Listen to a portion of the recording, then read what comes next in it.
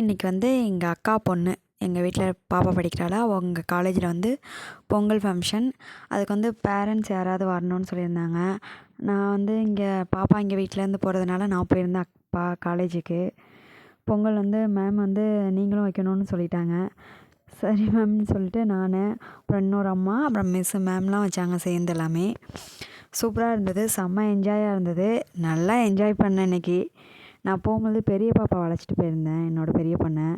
அவளும் செம்ம என்ஜாய். அக்கா அக்கா அக்கான்னு எல்லார் கூடவும் செம்மையாக விளையாண்டுக்கிட்டு இருந்தா. அவள் நான் போகிறப்ப தான் அழைச்சிட்டு வந்தேன். அது மட்டும் எல்லார்கிட்டேயும் இருந்து சாப்பிட்றது, அவங்க கூடயே உட்காந்துருக்கிறது, அவங்க மடியிலே கொஞ்சம் நேரம் தூங்குனது, எல்லாம் அவங்க கூட ஜாலியாக விளையாண்டுக்கிட்டு இருந்தா. அப்புறம் நம்ம வந்து அந்த வேலையை பார்க்கணுமேனு பொங்கல் அடுப்பு பாருங்கள், சூப்பராக இருந்துச்சு இன்றைக்கி. எப்போதுமே வந்து நான் தனியாக நம்ம வீட்டில் செய்கிறதுக்கும் இந்த மாதிரி நிறைய பேரோட சேர்ந்து செய்கிறதுக்கும் நிறைய வித்தியாசம் இருக்குது. இந்த இடத்துல வந்து நம்ம என்ன தான் ஒரு சின்ன தப்பு பண்ணாலும் அது பெருசாக தெரியாது. நிறைய பேர் வந்து பார்த்துக்கலாம், இதை பண்ணுங்கள் இதை பண்ணுங்கள் அப்படின்னு சொல்லிக்கிட்டே இருந்தாங்க. சங்கவி மேம்லாம் வந்து இந்த பாருங்க இதை இப்படி பண்ணலாம் அப்படின்னு சொல்லும் போது ரொம்ப சந்தோஷமாக இருந்தது. நம்மளுக்கு வீட்டில் எதாவது ஒன்று பண்ணாலும் நம்மளுக்கு ஒரு தப்பை சுட்டி காட்டுவாங்க, ஆனால் அந்த இடத்துல அது இல்லை, கரெக்ட் பண்ணுறாங்கல்ல, அது ஹாப்பியாக இருந்தது. பாருங்கள், என் பானை இப்படி பொங்கி இருந்தது. நான் நடுவில் உள்ள பானையை பொங்கல் வச்சுருந்தேன். ஆனால் ஆல்மோஸ்ட் டேஸ்ட் எல்லாமே சூப்பராக இருந்தது. பொங்கல் முடிச்சுட்டு சாப்பிட்டுட்டு தான் வந்தோம்.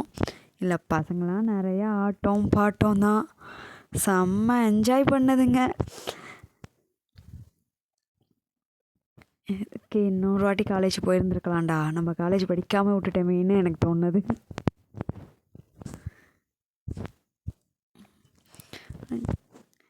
அவ்வளோ டான்ஸ் ஆடிக்கிட்டே இருந்துச்சுங்க பாப்பாலாம்.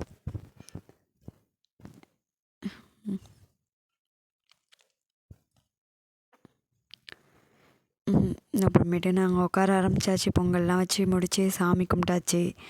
சாமியெல்லாம் கும்பிட்டதுக்கப்புறம் சாப்பிட உட்காந்துட்டோம்.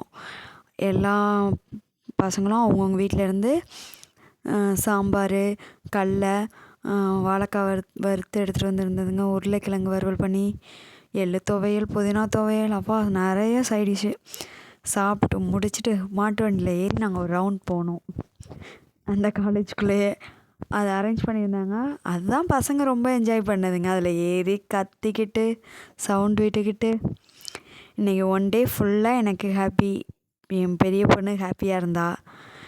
வீடியோ பிடிச்சிருந்தா லைக் பண்ணுங்கள், சேனலை சப்ஸ்கிரைப் பண்ணுங்கள். அப்புறம் நாங்களாம் மாட்டு வண்டியில் ரைடு போனதெல்லாம் பார்த்துட்டு மற்ற பிள்ளைங்களாம் நாங்களும் போகணும்னு சொல்லிக்கிட்டே இருந்ததுங்க. மாட்டு வண்டி தான் பாவம் எங்களை இவ்வளோ பேரை தாங்கிக்கிட்டு போணுச்சு.